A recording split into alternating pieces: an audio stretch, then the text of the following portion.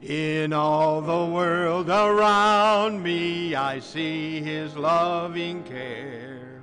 And though my heart grows weary, I never will despair. I know that he is leading through all the stormy blessed. And this is all that seek him, the help of all who find. None other is so loving, so good and kind. He lives, Christ Jesus lives today. He walks with me and talks with me along life's narrow way. He lives, salvation to impart. You ask me how I know he lives within my heart. Let's turn over to 422, and our time is getting away. Let's just do one verse of 422, or Marching to Zion. We'll just do the first verse, 422.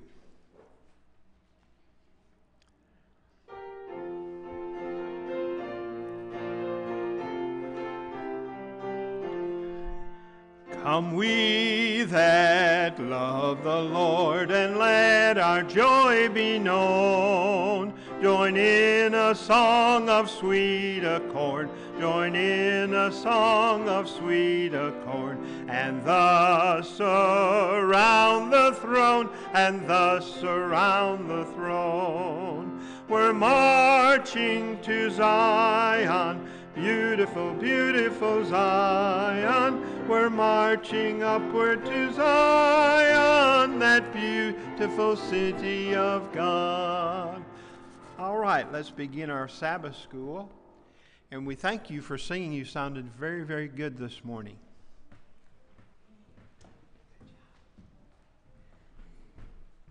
Good morning, everybody. I'd like to welcome you all to Sabbath.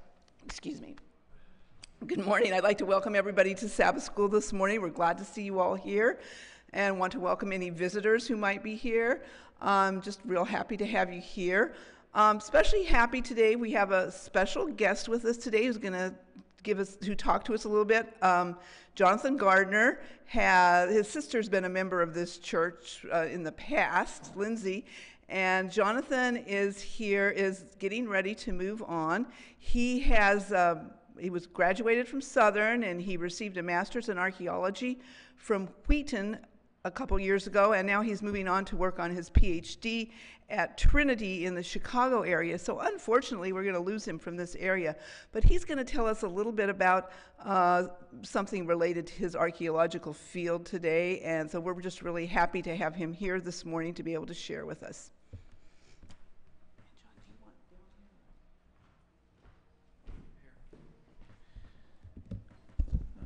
Good morning and happy Sabbath.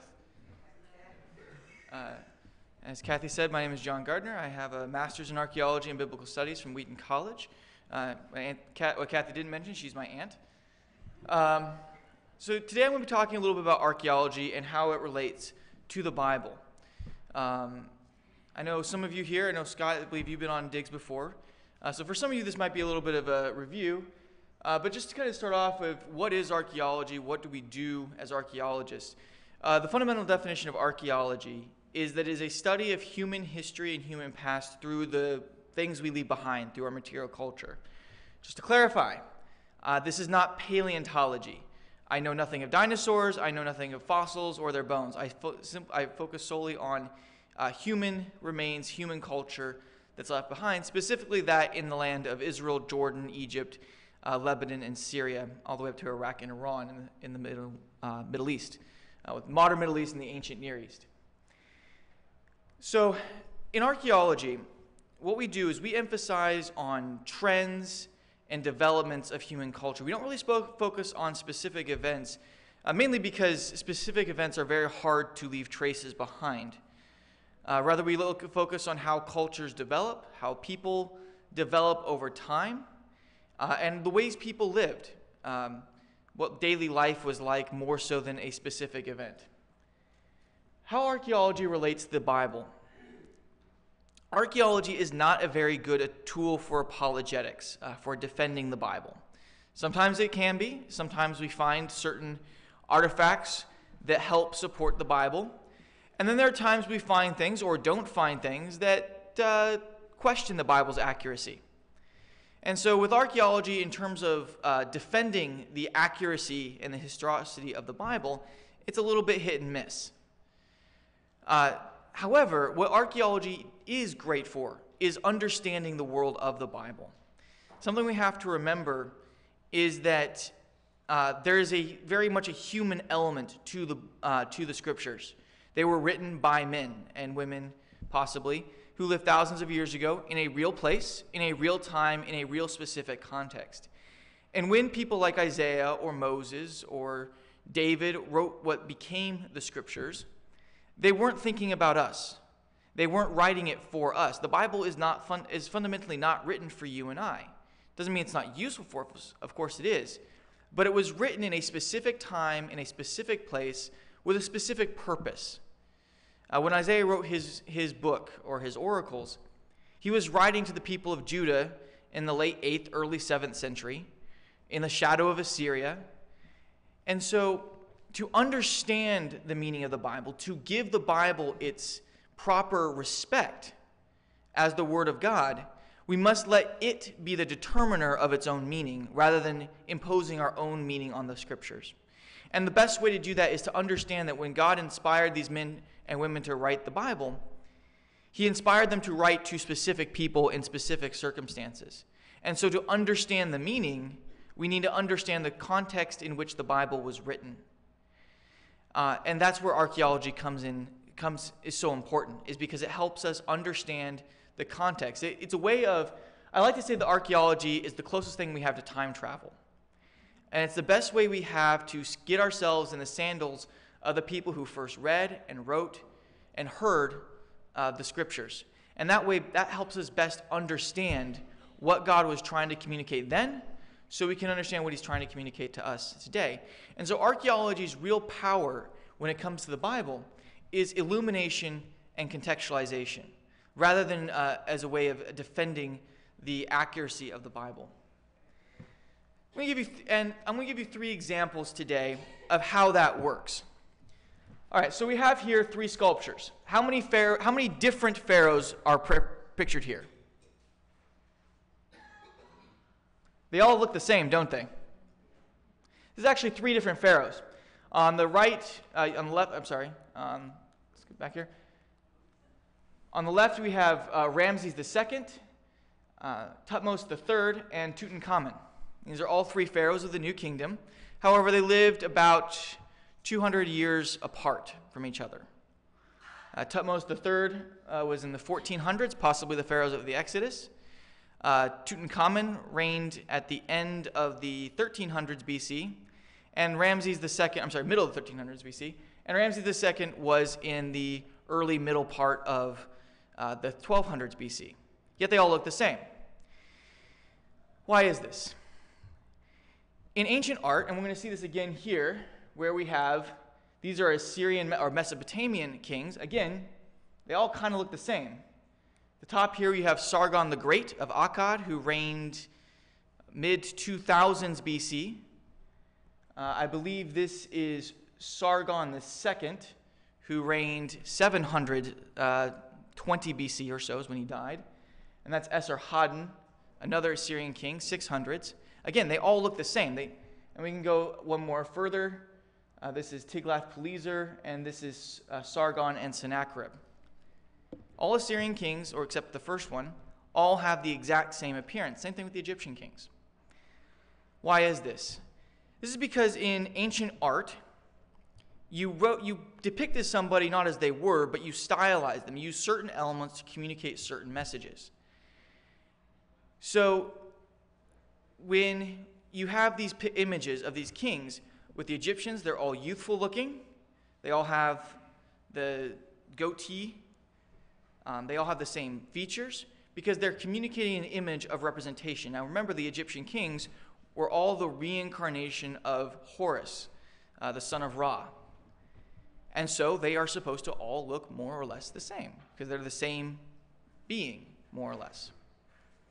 With the Assyrian kings, particularly the Assyrian kings, we go one more. We have an image of Ashur, the god of Assyria, for which the city and the nation is named. And here we have again, I think, Esarhaddon, I believe, or Ashurbanipal, another Assyrian king. They're all depicted to look like their god. Now, how does this help us understand the Bible? In Genesis 1:26, we read that we are created in the image of God. What does that mean? Well, here we have a understanding. This is how archaeology helps us understand it. The Mesopotamian kings and the Egyptian kings all used images to communicate the idea that they were literally in the image of their God. Now, whether they actually look like this or not is irrelevant.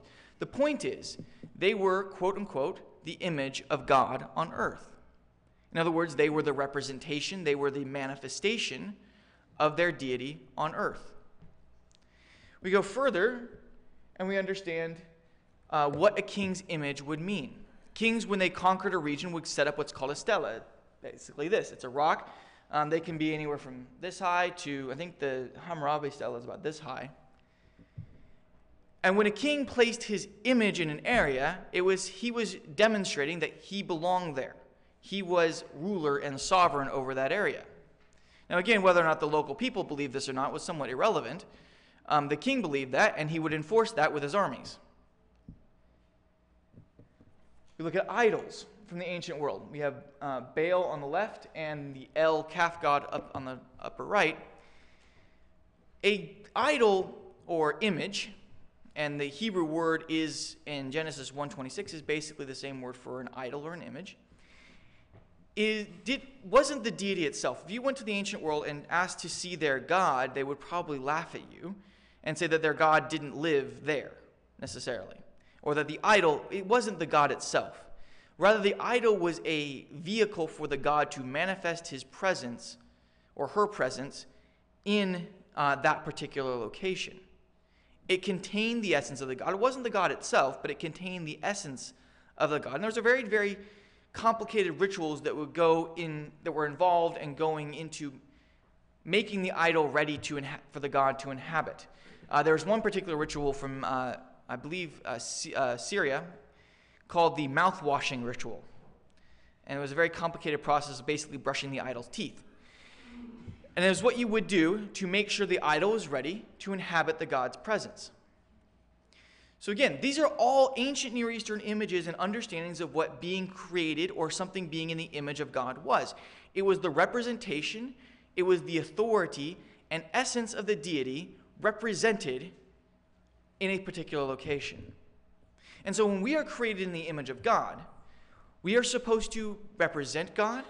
We are supposed to have his authority. Okay? He gave Adam and Eve the authority to name things, to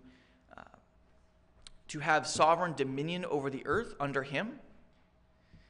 He essentially gave Adam and Eve his essence, not in a pantheistic way necessarily, or not at all, rather, but in a way of showing that they were his representatives. They were his sovereign vassals on earth.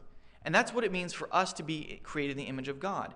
We carry with us God's essence to the world. We are the manifestations of God here on earth. And the New Testament uses this language all the time. What does Paul repeatedly call the church? The body of Christ. It is the manifestation of God and Jesus here and now.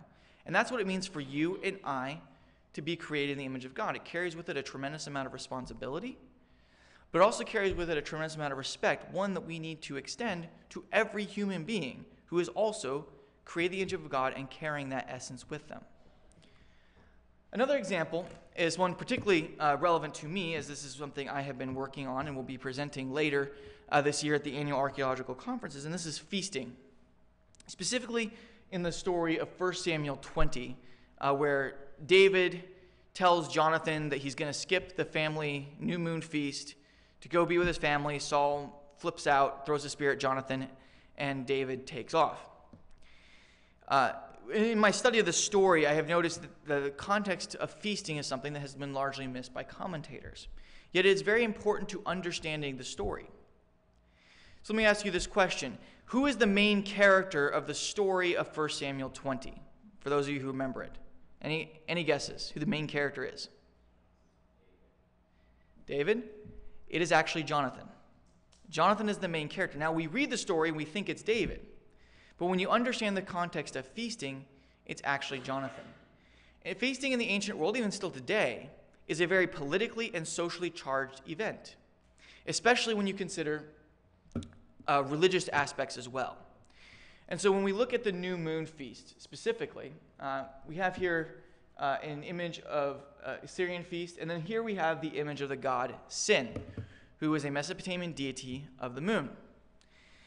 There has been archaeological finds, particularly at Hatzor, of a lunar temple.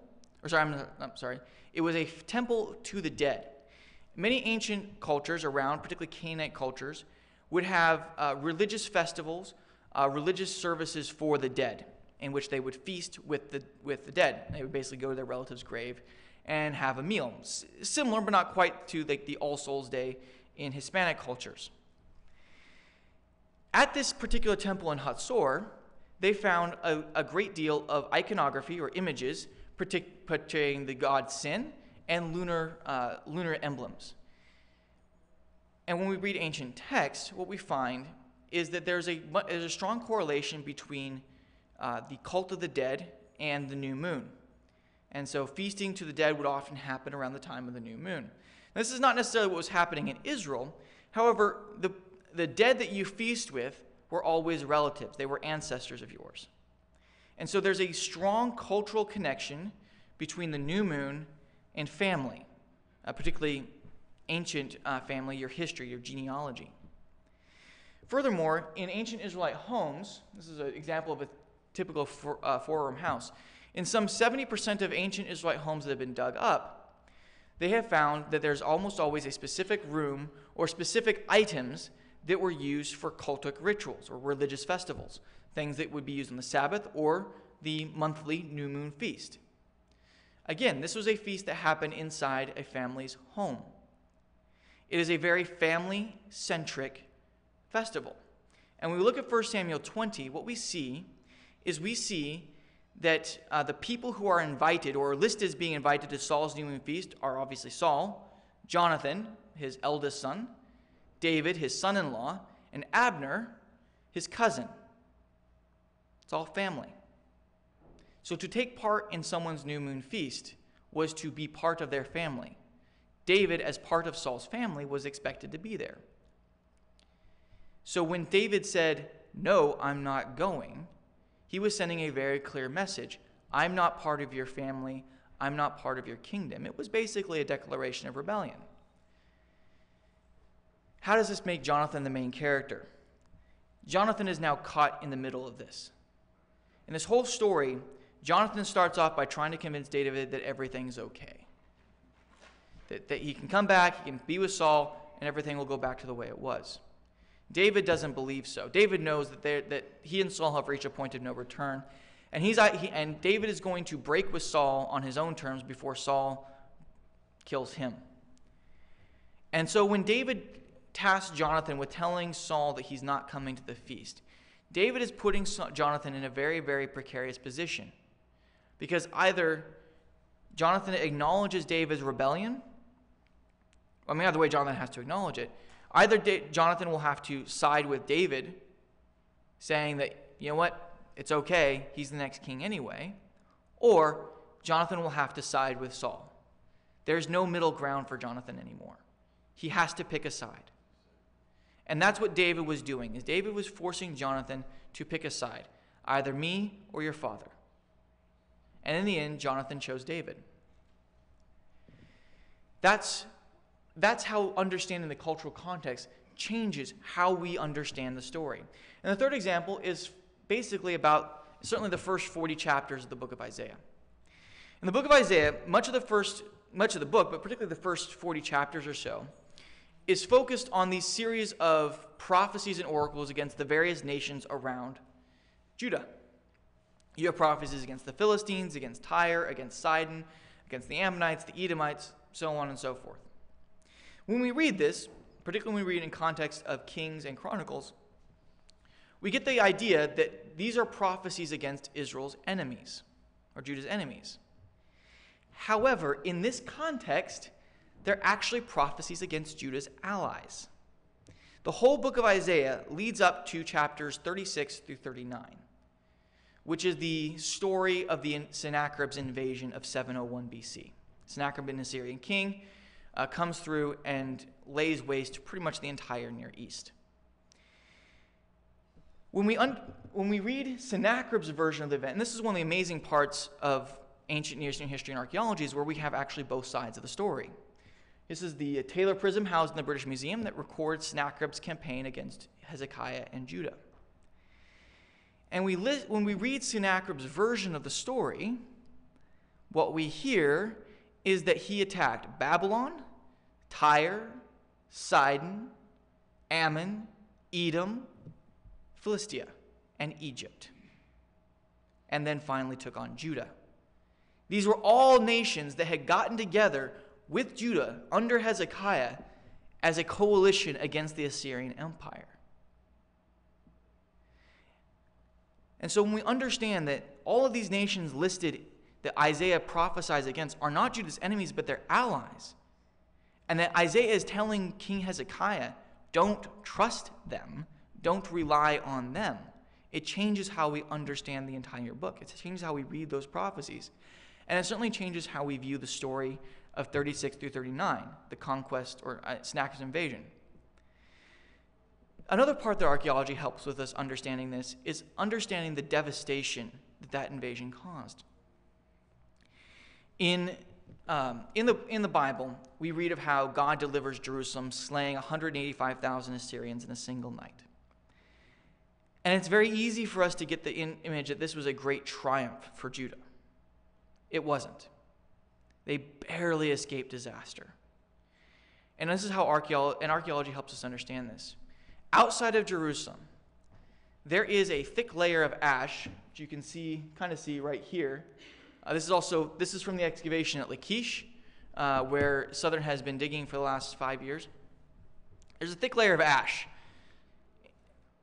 from Sennacherib in the entire ancient Near East from the year 701. Some 76% of the population of Judah disappears from the archaeological record after 701.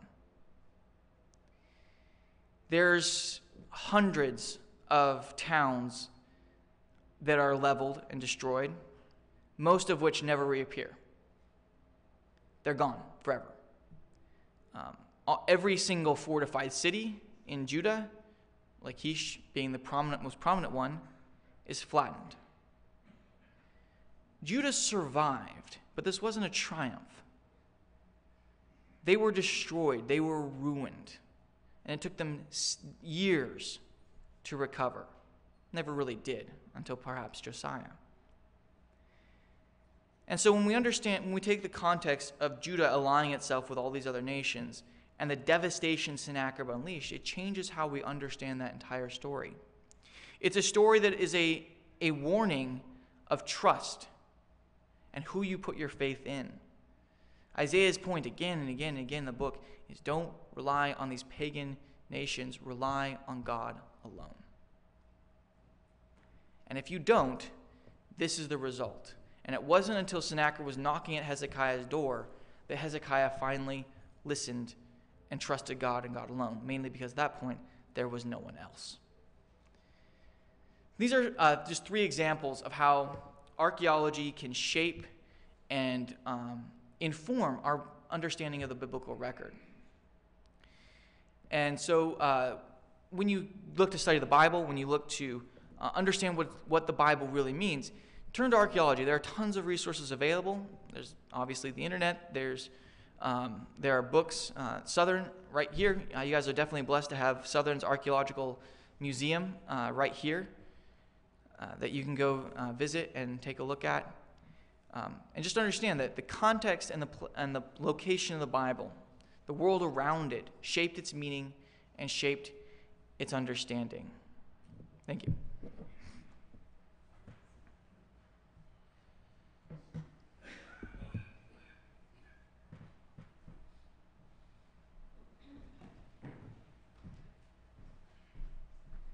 Okay, thank you, Jonathan. We're going to be praying for you and wishing you well as you move on into this next new phase of your study.